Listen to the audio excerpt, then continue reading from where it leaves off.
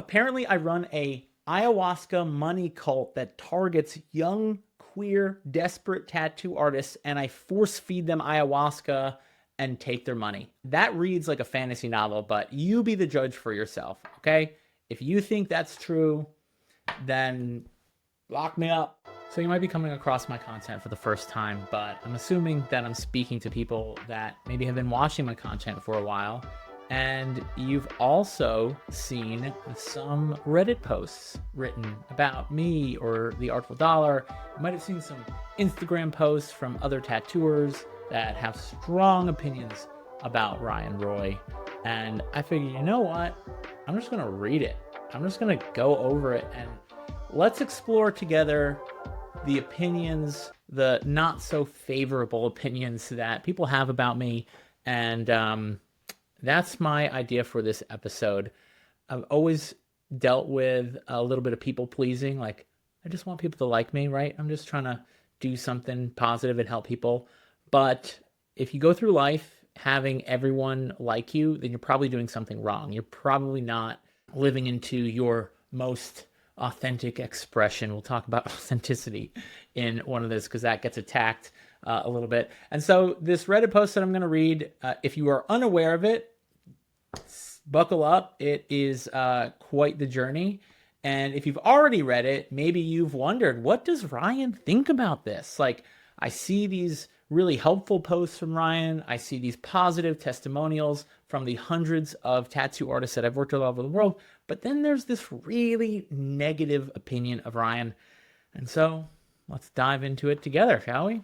All right. So first of all, there's a couple Reddit posts that pop up when you search for my name or you search for the Artful Dollar. And Reddit is not generally a place where people go to speak highly of anyone or anything. It's usually a place where people go to express their gripes for something. So I take that with a grain of salt. None of these are from people that I've ever worked with before. That's also an interesting fact. And, you know, if you go to our Google business page, we have some pretty amazing reviews from people that we have worked with. And I try to take the opinions of people that I've actually interacted with and worked with a lot more weight than people that I haven't worked with. But I am going to explore this one, which is the first one that came out about a year ago. Warning, Artful Dollar, Ryan Roi. So I don't actually know who wrote this, but after reading it, I have some ideas of who it possibly was, and it was someone that at least had a good amount of access to information about me, about my upbringing, my father, or maybe they did some work online. I don't know, but they went through some pretty intense lengths to get some information, and then they shared it in a particular light that is less than favorable. But let's dive in here. You may have seen ads on your Instagram from Ryan selling financial marketing coaching lessons geared towards tattoo artists. These courses run around $2,000 to $2,300 last time I checked. Let's just clarify that. I charge a range of prices depending on what people need. I have some offers that are as low as $50. I have some things that are as high as $6,000. But I don't really care to charge someone money. I never want to take money from anyone that isn't going to make more money than they gave me. So my prices are in accordance with the value that I offer, as should yours. Last time I checked, and involve individual/group coaching sessions, as well as an online portal of some sort that keeps track of your progress, offers accountability for posting. Okay, so far, none of that sounds too crazy. That's pretty normal in like the world. There's lots of coaching businesses. It is interesting that in tattooing, just the idea of coaching, immediately people think scam, they think grift. You can go through the comments of this post, which I'm not going to do, but you're welcome to. I get called a grifter quite a lot. It's interesting because I only get called that from people that I have not worked with. And in fact, when I was going through the comments here, there was one person at least that I saw that had taken one of my courses, or so they said, and they claimed that they had not gone all the way through it, but that they fell victim to my grift, my scam. And just an interesting fact about that, I don't know who that person is. they never actually came to me and said, hey, Ryan, this isn't working for me, or I don't think this is a good fit for me. So I've been coaching since 2020, really 2021 is when I really started taking it a lot more seriously, doing one-on-one. And in that time, I have now worked with over 2,000 tattoo artists. Some of them have taken a paid workshop or some of my full courses. And I have given out, I think, a total of about 5 full refunds to people that came to me and they said, hey, Ryan, I don't think that this is for me. They weren't necessarily upset. Maybe they felt like certain things they just weren't the right fit for them. They weren't the right solution for them.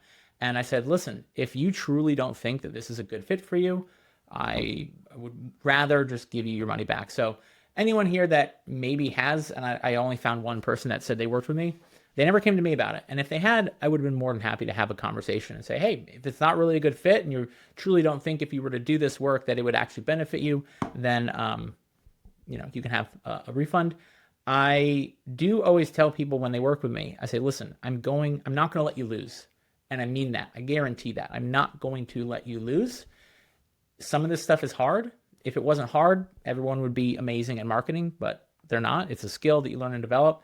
And I make sure that when people are struggling or life comes up and life's on them, they need to pause or they need extra support or they need to extend their time working with us at no charge. Like I go above and beyond. Me and the whole team of people that work for me have just done nothing other than gone above and beyond for the people that we work with. And that's why we have all of the great testimonials that we have on our website, which you can look at and view.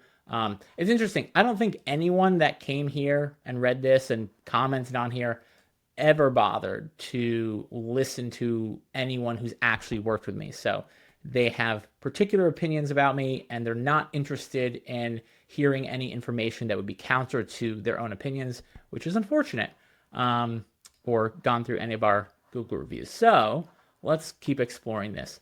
This is just EST shit. Erhard Seminars training that Ryan has repackaged to sell to desperate artists. This is a form of life coaching that sees the root of all struggles as the individual's fault for having a negative mindset. This is the basis for a lot of modern cults. See Landmark Forum, NMX, I don't know what those are. I'll talk about Landmark in just a second. These groups are semi-pyramid schemes that use whitewashed ideas of Buddhism to convince people that a better life can be manifested generally by paying more for courses and divorcing yourself from the realities of the inequality and struggle. So, I have taken quite a lot of courses with Landmark Education. It used to be called EST a long time ago. I actually got introduced to their work through my parents, which they bring up, my father here, which we'll talk about in a second. And it is, the best way I could describe it is it's like communication training, leadership training. You could say mindset in a sense.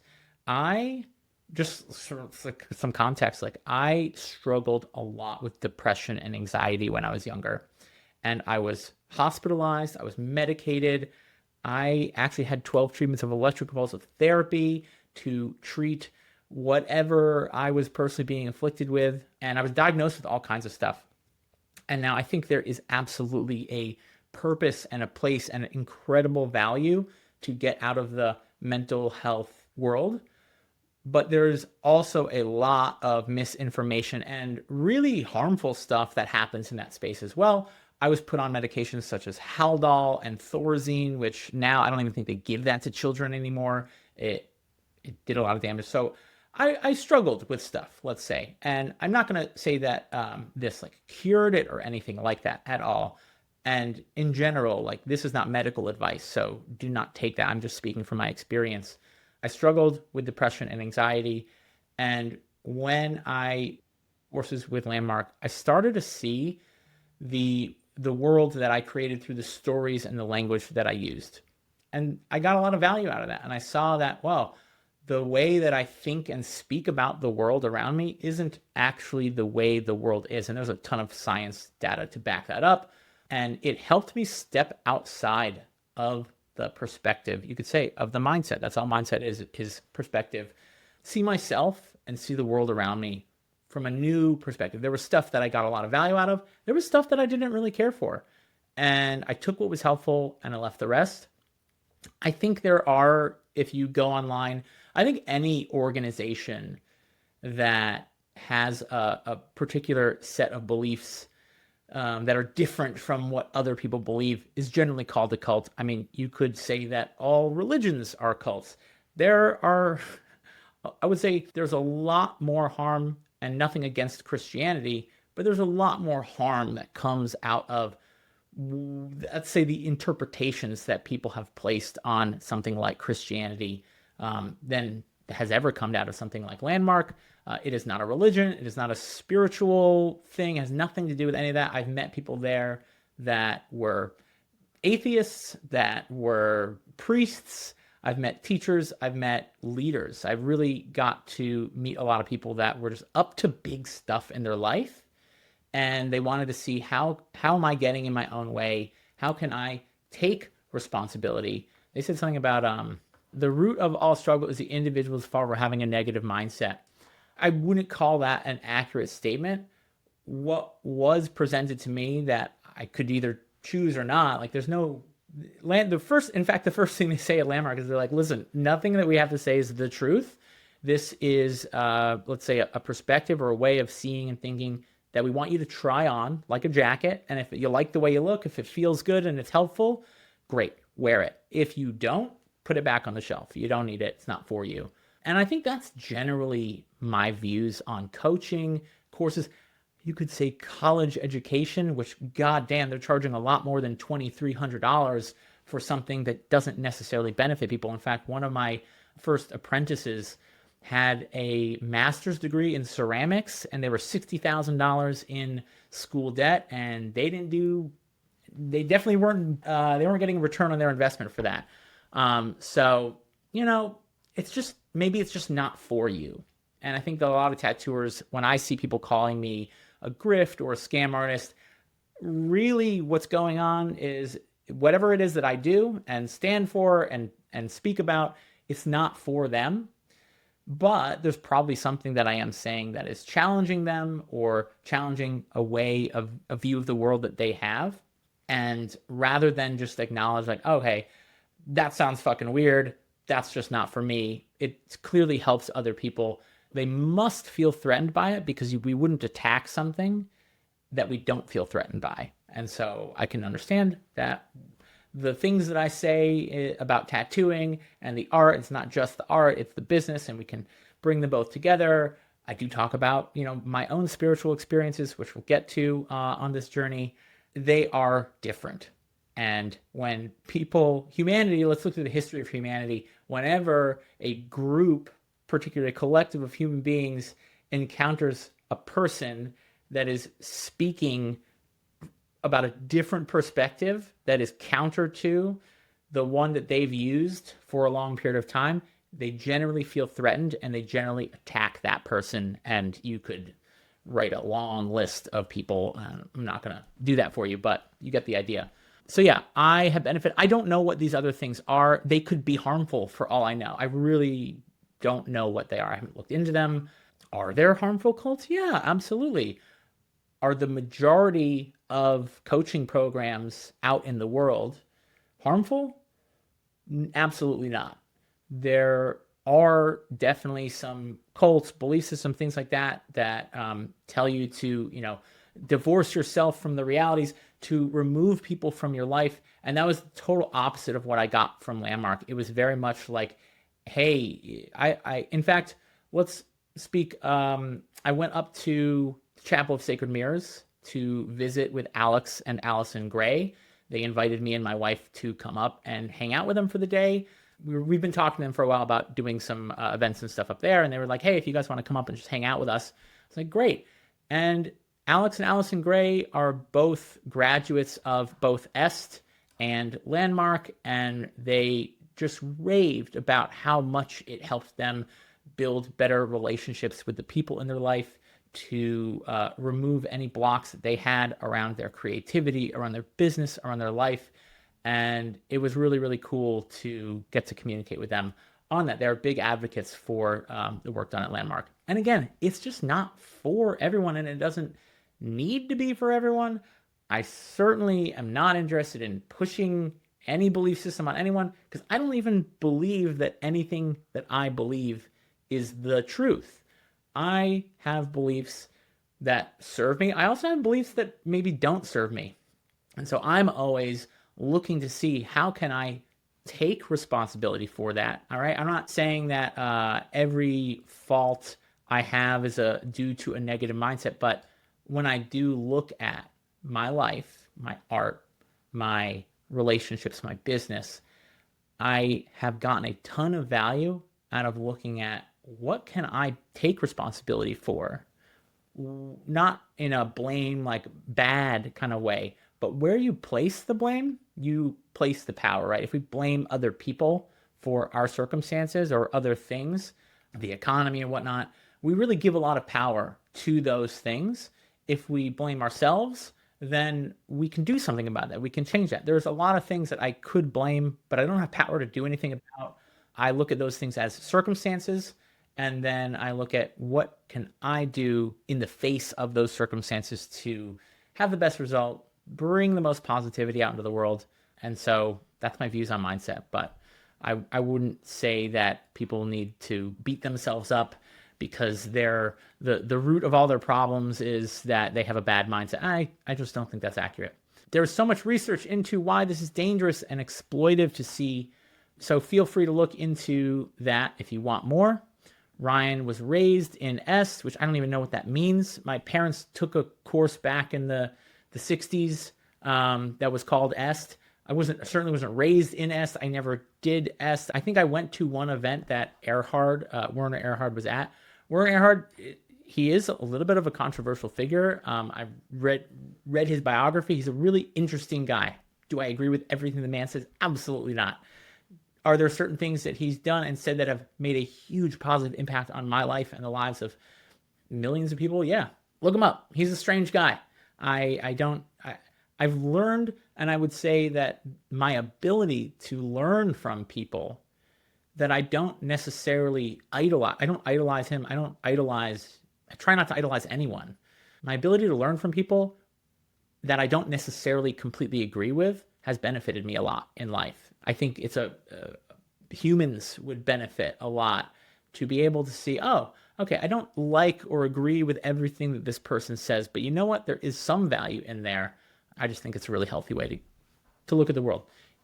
Is he a cult leader? No. Is he a god or someone to idolize? Would I take a bullet for him? Absolutely not. He's just an interesting guy, and he's made an impact on my life. I never even met him. I went to an event that he spoke at one time. But my dad did meet him. My dad did work with him pretty closely. So my dad did do some coaching at Est and work with people. And so you can Google my dad, Jim Roi. I did a podcast episode with my dad a while ago. My dad's an interesting guy. He also wasn't working with them for very long. Also, like, you can just like take classes with Landmark, and then like you don't have to like give your whole life over. Like, you can just leave. You can come back whenever you want. It's not a cult. When I think of a cult, I think of a place that like is like, you're here and now you're us and you can't leave, and if you do, you're in danger. Like, that's just not at all. It's like you can look it up. It's a global organization, really interesting stuff, and you will find good and bad things about it. There are people that love it and people that hate it. There are people that love Judaism. There's people that hate Judaism, right? There's people that love Christianity, hate. So that's just the thing about belief systems. None of them are true. And if it's for you, great. And if it's not, fucking leave it. Who cares? All right, we're going to get right back to this episode, but I want you to hear this DM that I just got from a tattoo artist. Wowee, the intro reel worked so well. It's made me 5 bookings since this morning when I posted it. Feels like a cheat code. Now, this is not a unicorn. I get DMs like this every single week from tattooers that have taken the Book in 48 workshop. And it's just one of 3 strategies that I give you to book more tattoos, often in under 48 hours. So if you want to stop throwing spaghetti at the wall when it comes to your content and praying that the tattoo gods magically bless you with appointments, and you want a clear, proven path with actions you can take right now to book your next tattoo, hit the link below in the caption on this episode. Check out the Booked in 48 School group. There are examples of other tattooers and what they have to say about going through it. I also have a crazy 2x money back guarantee. So if you sign up and you do it and you don't feel like it was worth $48, I will give you back $96. There is no easier way for me to help you make money than for you to hit that link below and check it out. All right, back to this episode. So my dad, Jim, very successful spiritual coach in New York City. He lectured on spiritual disease, anyway, and basically how all struggle is in the mind and we can overcome it through shifting our understanding of reality. White man BS. I mean, the idea that all struggle is in the mind and we can overcome it through shifting our understanding of reality, that is not white man BS. That is giving white men way too much credit. White men didn't invent that idea. It is a very powerful idea. Again, I wouldn't even call it the truth, but it is a very powerful concept. I would say it originated probably more in like Vedic texts, which turned into Hinduism and then into Buddhism and Eastern philosophy is where that idea comes from. Definitely doesn't come from white men. And you could say it's been taken and distorted in all kinds of ways. So I could say there's some truth to that. I've certainly found freedom from struggle, from suffering, when I look internally at my own perspectives. Even this Reddit post, when it first got posted, I was like, oh no, tattoo artists are just going to dogpile on this thing and they're going to hate me and I'm going to get canceled. And, it was painful. Like when I first read it. And then I was like, you know what though? I literally have testimonials. I have all this stacks of proof of people that I've helped, people that their lives have been changed. I mean, here, you want to just, let's balance it out a little bit with, this is a guy I worked with 4 weeks ago from today. This is live on Google. Ryan has changed. Created an indispensable course for tattooers in the modern era. These lessons of implementing can drive more business to tattoo shops, help artists double their income, save for retirement, as well as many other benefits, which can change your business immensely. And okay, I'm not going to read the whole thing, but people got good and bad things to say about me. And I saw that I don't need to suffer about this post. That it's okay for people to not like me. It's okay for people to have negative opinion, and it's okay for them to voice their feelings and their thoughts on the internet. It's actually okay for this person to do that. And when I just made it okay, I worked with a coach at the time, and I brought this up, and he told me something that really completely shifted my whole relationship with someone talking negatively about me.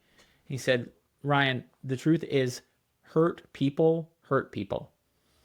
And this is obviously an attack on me by someone that must know me to some degree. I still, to this day, I think I know who it is, but they're hurt. They're suffering. They're in some kind of pain. Did I cause their pain?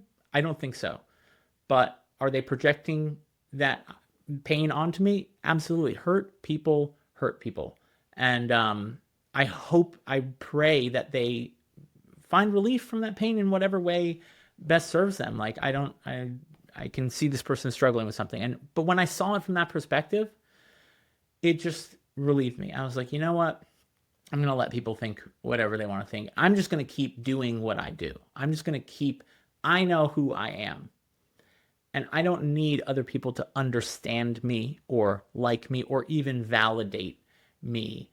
I know who I am. I know what I'm doing is coming from a place of love and deep care for other human beings around me.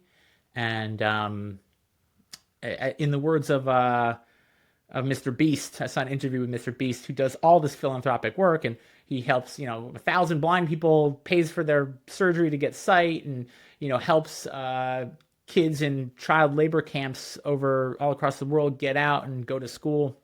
He said, if you want people to like you, don't help people, because he also gets death threats on a daily basis.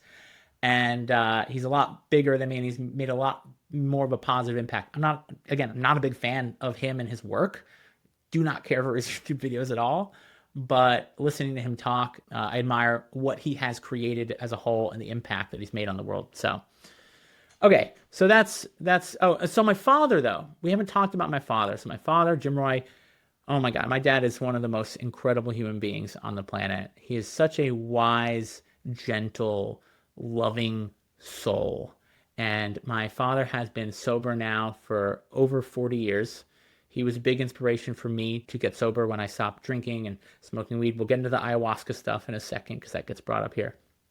And he has made his life's work around addressing the spiritual dis-ease that, you could say we aren't physical beings having a spiritual experience. We are spiritual beings having a physical experience and dealing with that spirit. Now, you might not believe anything that just came out of my mouth. You might think that's total bullshit, that science is the only thing that, and there's no proof of this spirit. And so that doesn't, I don't know. And I do not care to convince you of anything.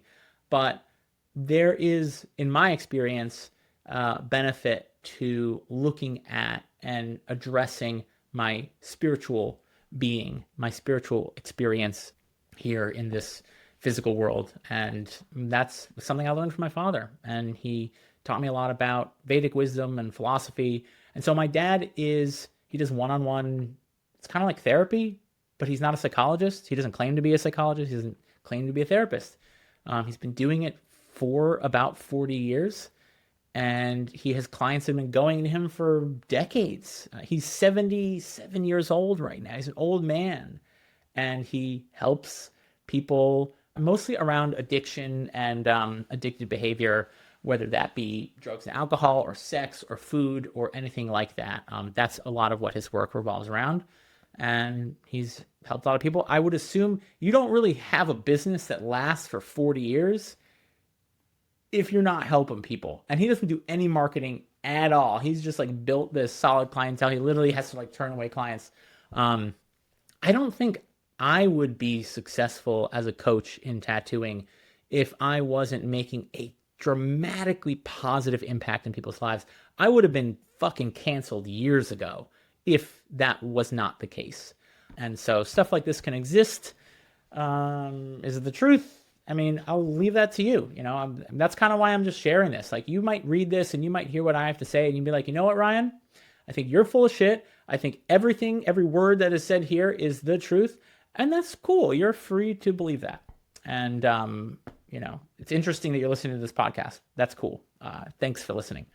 Okay, so Ryan keeps his wealthy upbringing under wraps, but it is crucial to understand why he believes money is a natural flow of the universe. I have no wealthy upbringing. I mean, in relationship to what? So I grew up very, I would say, middle class. My parents never owned a house until I was 16 years old, and they saved my mom's a painter. My mom's an artist. She worked for a mural restoration company and doing new and restoring murals called Evergreen Painting Studios. Care to look it up? It's a cool spot. She's 76 years old. They actually just reached out to hire her to do some more art stuff, painting. She's technically retired. But my mom's an artist and my dad's a philosopher. That's the background that I come up with. Philosophy, historically, is not a very high-paying job. My dad I'm sure he probably made somewhere around $100,000 to $150,000 a year, anywhere, give or take. Again, that's gross income also. Like, that's not including business expenses. And I think tattooers sometimes look at total income as like, well, that's what you make. It's not. So very, I would say upper middle. All right. Again, I'm not even saying this because I'm like, this feels weird. I feel like I have to explain myself to you. No, I don't have to explain myself to you. If I did grow up in a wealthy upbringing, then I would have grown up in a wealthy upbringing. You can also be a complete piece of shit and grow up in a poverty or middle class upbringing. You can be a really amazing, beautiful human being and have grown up in a wealthy upbringing. And so I don't think there's any shame to either one. Total pieces of shit come out of both upbringings. So, do with that what you will. I'm not keeping that under wraps. That's just the reality of it. I don't know if someone wanted to look into that more to prove anything. Why am I here warning you about it? It's not just because this is a classic scam targeting desperate artists during economic crisis, but because Ryan is also an ayahuasca shaman. That's the part of this whole thing when I was like, oh dear Lord, you've really gone off the deep end now. I've never claimed to be an ayahuasca shaman. I don't know why you're calling me that, but this is where shit gets real weird. Ayahuasca and indigenous medicines are a key part of Ryan's belief system, and he goes about giving people these drugs in an incredibly dangerous and misinformed way. Do I address that now, or I'll read this whole part? Not to go into too much detail on this, but there are stories of life-threatening situations people have gone through where Ryan has facilitated people taking substances and not taking any precautions to protect their physical or mental health, leading to disaster. Okay, let's just get something straight. I've never given anyone ayahuasca. I've never facilitated it. In fact, I have done ayahuasca ceremonies, and when people ask me about it, I generally say the same thing, which is I don't recommend that anyone do ayahuasca. Like, it's not something for me to recommend or tell someone that you should do. Generally, people kind of feel called to do it. I don't know how else to express that, but like there are people, and if you're listening to this and you kind of know, you're like, yeah, it's something that's always kind of called me. And first of all, as someone that has done all the drugs, all the amphetamines, the uppers, the downers, all the psychedelics, ayahuasca is the least fun of all of them. It is utterly terrifying at times.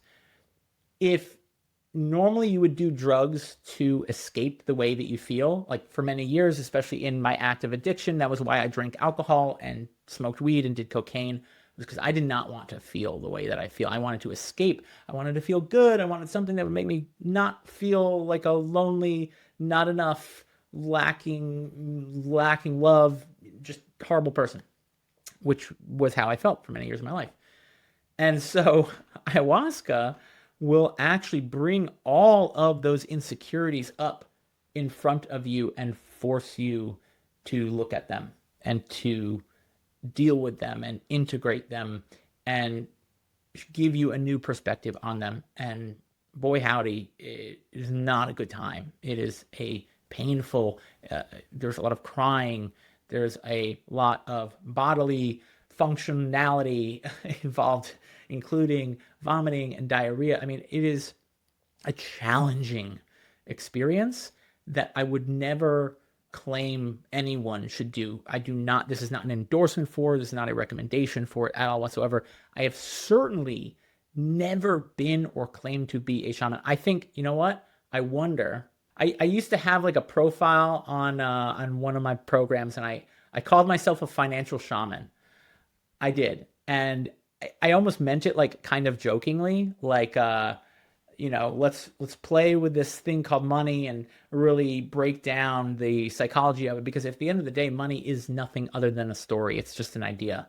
It's a story that two people had. They talked about it and said, well, maybe we need something. And they invented money because it's not a real thing.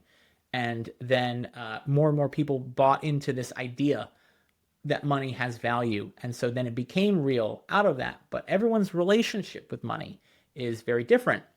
I also want to point out that I am a sober individual. And when I say that, I mean, I don't do drugs or drink alcohol at all.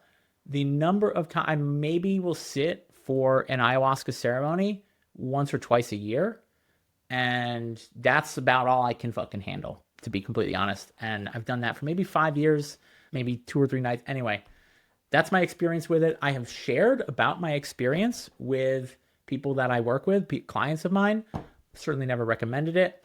I've worked with clients that have taken it and they've had positive experiences.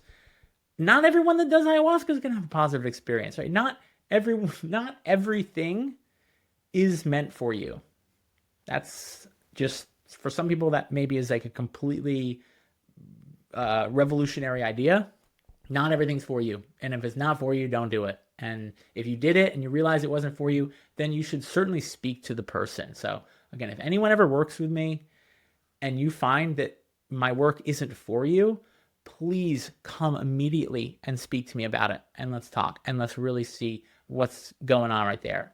Sometimes the work I do is challenging, fear of being seen on social media and the learning the new tools and the stuff like that. Like it's not easy. And so sometimes people are just dealing with challenges and I want to work through that. But as soon as it's clear that like someone is just not into it at all, I'd rather just give them a refund because I'm not interested in taking money from people that aren't excited about working with me. Okay, I truly believe that it is only a matter of time until Ryan hurts someone, whether with sweat lodge. Again, I don't know where the sweat lodges came from. I have maybe sat in one sweat lodge my entire life. I like to go to the sauna. I've never facilitated a sweat lodge, ayahuasca, or other bastardized indigenous practices. These things being co-opted by white people for profit. I've never made money of it. Almost always tragedy ends in tragedy. Most people in New York City tattoo scene who have known Ryan and watched this all play out do believe that he's starting a cult. Who are these most people? I don't know who these most people in the New York scene who've known Ryan. I mean, maybe they do. I don't know. But I have friends and they're not worried about me. So it is somewhat of a joke, but it seems to get less and less funny and the more of a following he gains online. Also, the only reason I have a following online, the only reason anyone fucking follows me is because I'm fucking helping them. They like my content. They're benefiting from it. Or maybe they're a hater and they're trolling, but I can't run a cult from a social media page. Like, I don't have that much. You're overestimating the amount of influence that I actually have. He is an incredibly manipulative person and gaslights like no other. He targets young, queer. This is also the part where I was like, what? He targets young queer artists, and then they did later edit. I think this might just be who I've heard this from rather than a specific group that he targets. So why didn't you just edit this out then? If you're just like, I'm just going to leave that in there. Apparently I run a ayahuasca money cult that targets young, queer, desperate tattoo artists, and I force feed them ayahuasca and take their money. According to this Reddit post, that reads like a fantasy novel, but you be the judge for yourself, okay? If you think that's true, then lock me up. I don't know. But have I worked with... I've worked with so many tattoo artists, including queer tattoo artists. I've worked with transgender. I've worked with the whole spectrum of rainbows of sexes and genders and creeds and beliefs and ethnicities and places on the planet. I don't know where this idea came from that I'm targeting young queer tattooers, but okay. And knows exactly what to say to make you believe he's earnest.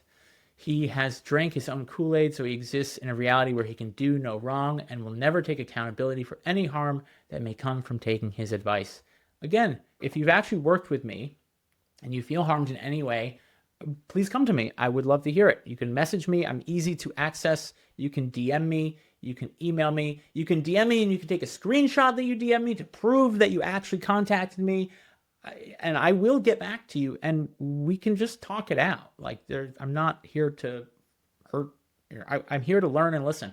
I've had clients give me feedback. Absolutely. I had a client the other day.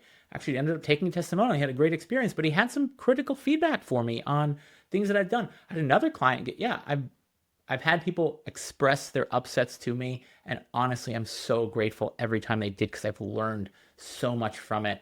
Sometimes there were actual changes that needed to happen, and if no one had told me their experience, I wouldn't have known, and that's what's awesome about getting constructive feedback. Anyway, sorry for the long post. If you have any clarifying questions, I'm happy to answer them because you are the source of all truth of all things Ryan Roi. It's rough out there, but I promise the answer is not to pay a man thousands of dollars to tell you to market your most authentic self. When it doesn't work, he will tell you that it's just because you don't have the right mindset. It's a classic grift. It's a manipulation, and it's a man who realizes he could never make as much money tattooing as he could feeding on tattoo artists' anxieties. Edited to paragraphs, spaces. Someone said I charge $500 a month. I've never charged $5,000 a month for anything. Like I said, I do have program packages, multiple months that go up to $6,000. But that's not for everyone. And the people that it's for are seemingly stoked about it. So if it's not for you, then it's not for you. Don't worry about it. So I'm really curious And I did even see that there were comments in here from people that I have worked with that were actually trying to defend, their experience. Like, hey, this was a positive experience, and they got downvoted into oblivion. So clearly, whatever's going on Reddit, people like to dogpile into their own views and opinions. And you know what? I believe everyone has a right to their views and their perspectives, even if I strongly disagree with them. I do. And so, whatever your views are of Ryan Roi, you might like some of my content that I share for free on YouTube and Instagram, but you might not like me and you might never want to work with me. And that's great.